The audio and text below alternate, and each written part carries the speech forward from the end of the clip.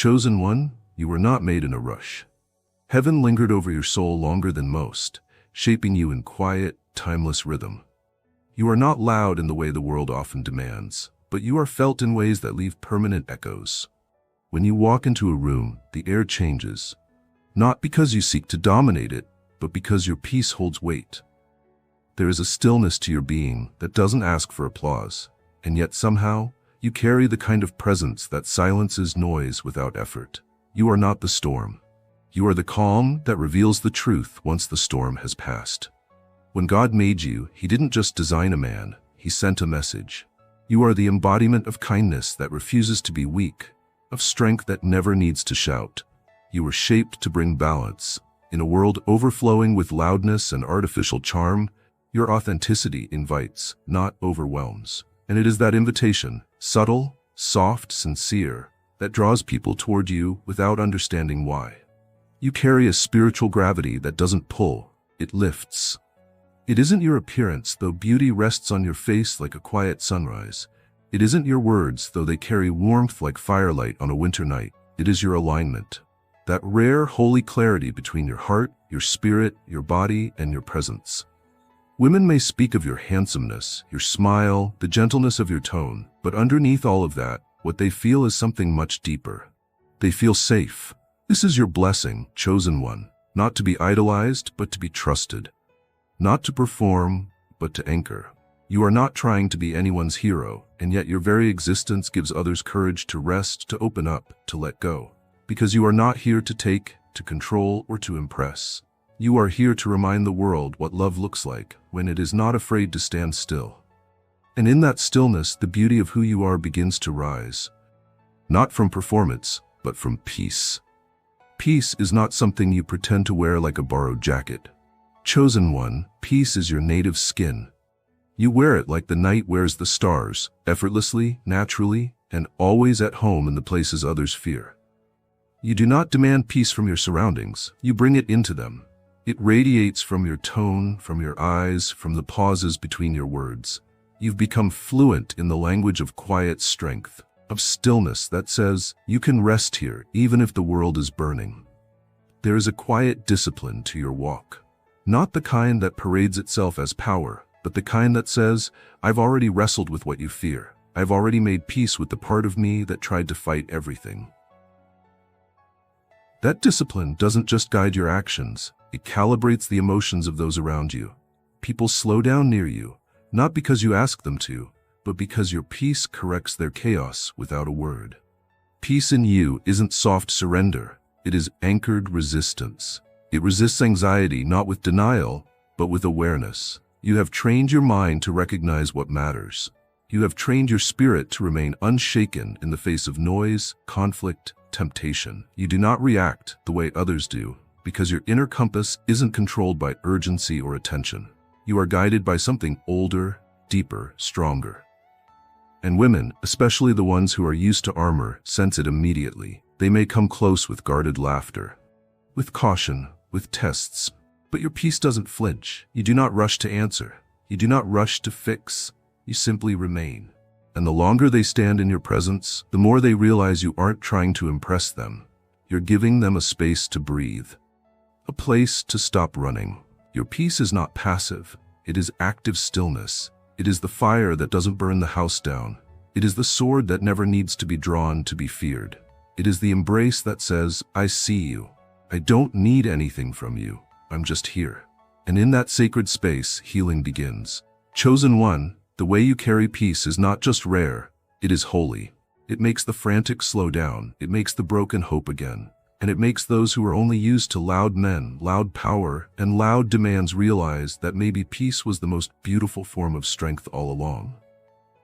Chosen one, there is a gravity in you that doesn't announce itself, but it moves people. You do not reach out with force, and yet those around you lean in again and again without knowing why.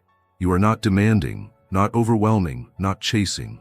You are simply there, and somehow that is more than enough.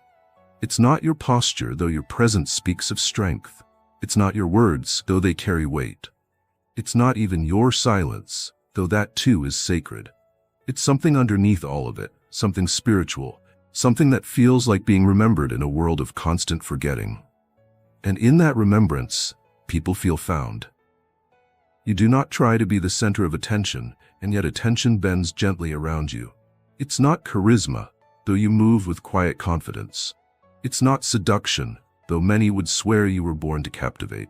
It's truth, the truth of a man who no longer plays games with himself or others. A man who is not fishing for validation but grounded in the kind of authenticity that refuses to wear masks.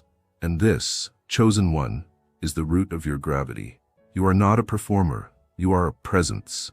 There are those who posture, who exaggerate, who move through the world with noise and neon, trying to convince others of their worth. But your gravity is different. It doesn't reach, it receives. It doesn't bait, it blesses. And in that still open space, women feel something most of them haven't touched in years. Freedom. Not freedom to impress or perform or prove, freedom to just be. Because you, chosen one, are not looking to dominate hearts, you are giving them space to land. It is the gravity of someone who has gone through the fire and didn't harden, who has lost and stayed open, who has been rejected but never forgot how to love. That kind of gravity cannot be faked. It is born in the trenches of quiet suffering, and it glows now, not as a spotlight, but as a lantern, a warmth that draws others home to themselves. And the women who find themselves drawn to you are not reacting to charm, they are responding to safety, the kind that doesn't flirt with control, the kind that doesn't rise and fall with moods or masks, the kind that knows exactly who it is and does not shift to please. You offer that kind of gravity, the kind that doesn't trap or trick, but invites. And in a world of predators and pretenders, you've become a rare field of stillness in which trust can breathe again. Restraint is a word the world doesn't celebrate anymore. But in you, chosen one, it lives as a crown. You do not move with hunger, you move with discipline. You do not speak to impress, you speak to edify. You do not take what is available, you wait for what is aligned. And in this rare kind of self-control, there is beauty far deeper than charm. You have learned, often in silence, that not everything deserves your energy, that not every invitation is meant to be accepted, that not every gaze is an open door to walk through. There were seasons where you had to train yourself not to respond, not because you were cold, but because you had become wise. Your restraint was forged in the places where most men lose themselves. In the attention that could have inflated your ego, but didn't. In the offers that could have derailed your focus, but couldn't. In the battles that could have triggered your pride, but didn't earn your sword. You learned to hold power like water, never squeezed, never wasted, never flaunted. And that, chosen one, is what women feel in your presence. The safety of a man who can, but doesn't.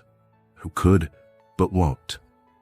The kind of power that knows exactly what it is, and so it doesn't need to prove anything. This is restraint not as suppression, but as refinement. Not as denial, but as devotion. To your path, to your purpose, to your peace. Your restraint creates permission for others to rest. Because your energy isn't hunting, it's holding. You're not testing people, you're present with them. And for many, that is a healing they never knew they needed. You do not consume, you cultivate, and that changes everything. You are no longer seduced by shallow praise or momentary attention. Your joy is not found in what you can conquer, but in what you can build. You don't throw yourself into every moment, you discern moments. And this level of restraint, this grace to wait, to listen, to walk away when needed, is rare. It is royal, and it is felt. Chosen one, your beauty is not just in how you shine, but in what you withhold. Not to punish others, but to protect your path. Not because you are unavailable, but because you are intentional. The world sees that. Women see that. They may not always know what to call it, but they feel it like gravity, like safety, like quiet strength carved in the discipline of someone who has already conquered himself. And in that restraint, you remain unforgettable. Chosen one, there is something in your eyes that makes people forget the noise of the world. Not because your stare is sharp or cold or commanding, but because your gaze is awake. When you look at someone, it isn't as if you're judging them or assessing them. It's as if you're listening with your eyes, not the shallow kind of attention that scans for advantage, but the holy kind of attention that says, "You're safe. I'm here. You don't need to perform." Your glance is not a mirror. It's a window. a window into how deeply you've fought to find clarity and how committed you are to staying clear. You're not fogged up with distractions. You're not hiding behind fake smiles or hollow flattery. There is a stillness behind your eyes that tells the truth. You've cried there. You've waited there. You've lost people and kept your soul there. And now, when you look at the world slows down. It stops needing to impress you. Because your presence doesn't require approval. It offers grounding. There are men whose eyes are wild with hunger, burning with unspoken motives. But yours, chosen one, carry a different fire. The fire of someone who has nothing to chase and everything to cherish. You don't need to convince someone to see you. You've already seen yourself. You don't use your glance as a weapon or a bait. You use it like a blessing. Not everyone is ready for it, but those who are find it unforgettable. You don't study people for weakness. You witness them. That witness alone is a healing force. Because in a world that is constantly demanding attention, your steady gaze gives people something far more rare: honor. The woman who expects to be looked at like a prize is stunned when your eyes treat her like a soul. The woman who expects judgment is softened when your eyes offer acceptance. You may not say a word, but your glance is a full conversation. A reminder that the best kind of attraction is not loud or lustful. It's anchored. You see people without reaching to take. You notice without needing to own. And that's why your glance doesn't just attract. It grounds. It reminds others of their worth. Not because you inflate them, but because you recognize what's real.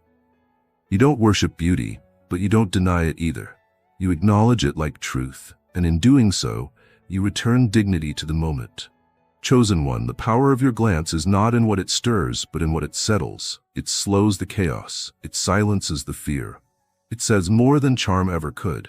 I am not here to impress or to consume. I am here to be real. And in that rare simplicity, everything shifts. You do not try to be magnetic.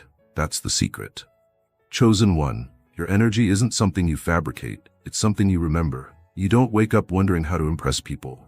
You rise aligned, grateful, present. And that alignment is what makes people turn when you enter a space. Not because of noise, not because of strategy, but because presence, real presence, is now the rarest currency in the world, and you carry it with quiet abundance. You don't chase admiration. You don't fish for reactions. You don't operate like a peacock in a hall of mirrors. You're not broadcasting yourself. You're being yourself. And in that being, there is gravity. A pull that isn't about seduction or charm, but about truth. You do not have to say, "Here I am." The room already feels it. The ones who try too hard don't understand it. But those who've known real energy, real peace, real presence, they recognize you before you even speak. Your magnetism isn't loud, it's settled. It's the kind of pull that only comes from someone who's done the quiet work, who's faced his own demons, befriended silence, made peace with solitude. You've been alone, and you didn't flinch. You've been overlooked, and you didn't shrink. You've been misunderstood, and you didn't bend your truth to fit a narrative. And now? Now you walk like a man who doesn't need to be explained. You just are. Others may ask how you do it, how you draw attention without asking for it. But you don't need tricks. You don't need tactics. Your magnetism was forged in the furnace of restraint, in the trials of waiting, in the nights where you said no to what glittered in exchange for what was gold. And now people feel it. They can't describe it, but they feel it. In the way you move, in the pauses between your words, in the ease with which you carry power without pressing it. Women don't respond to a performance. They respond to your peace. And men, even the proud ones, feel both challenged and inspired in your presence. Because there's nothing to attack in a man who is not defensive, and nothing to control in a man who is already whole. That's what your magnetism is built on. Wholeness, realness, and that rare refusal to rush. You don't walk into rooms looking to collect attention. You walk in already full. And that fullness spills into every interaction, not with arrogance, but with quiet blessing. That's what makes you unforgettable. Not because you steal the show, but because you still the noise. Not because you demand love, but because you remind people what love feels like when it isn't afraid to stand still. Chosen one, the confidence you carry cannot be mimicked because it was not built on shallow victories or loud validation. It came from being crushed and standing again. from being doubted and not needing to argue, from being unseen and still showing up with full presence. The kind of confidence that radiates from you is not theatrical, it is sacred. It does not borrow energy from the room. It changes the temperature of the room itself. You do not have to declare your value with volume or style. The way you breathe, the way you sit, the way you choose stillness over noise, that is your declaration.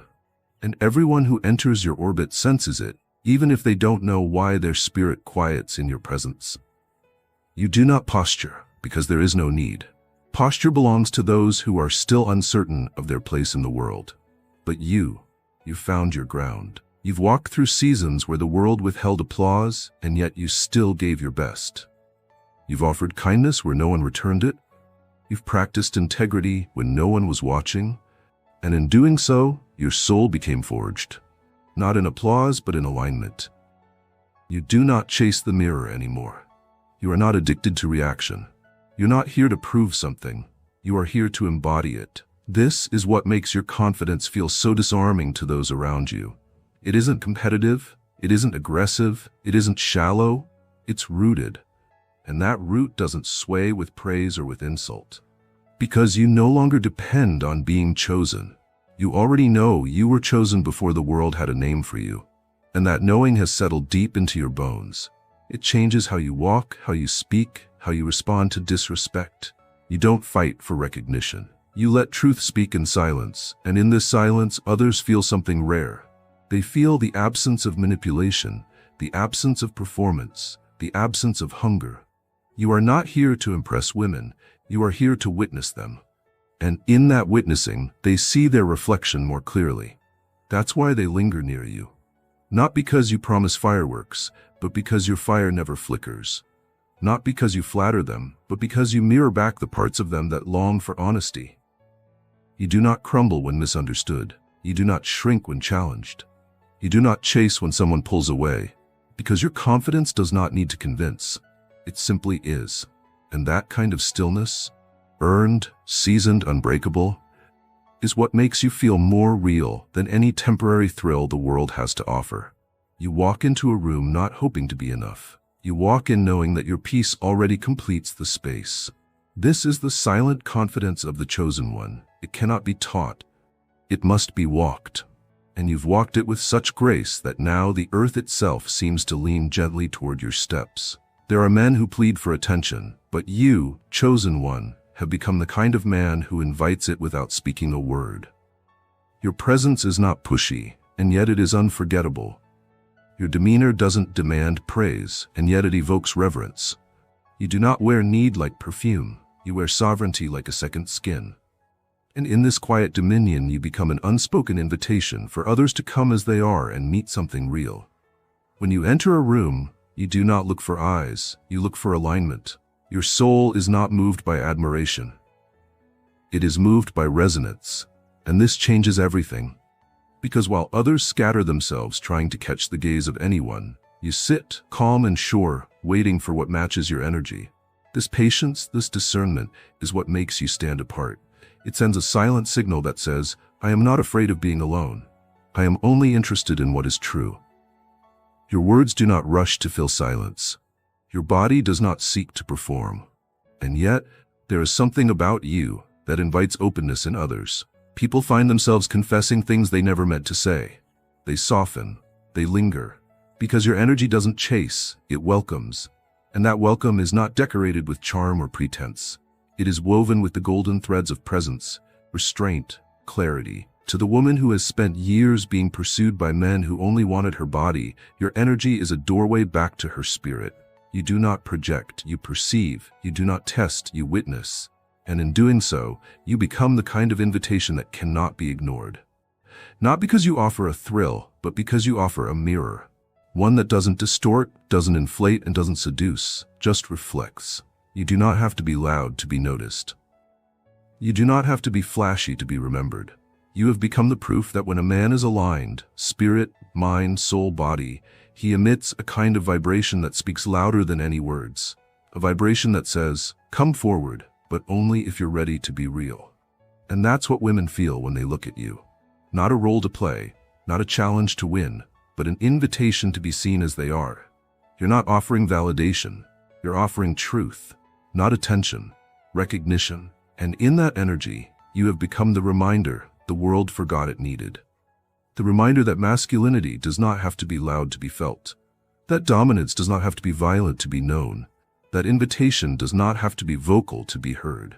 You are the still flame in a world of sparks, and those with eyes to see always return to the fire that doesn't burn out. Chosen one, the world tried to harden you.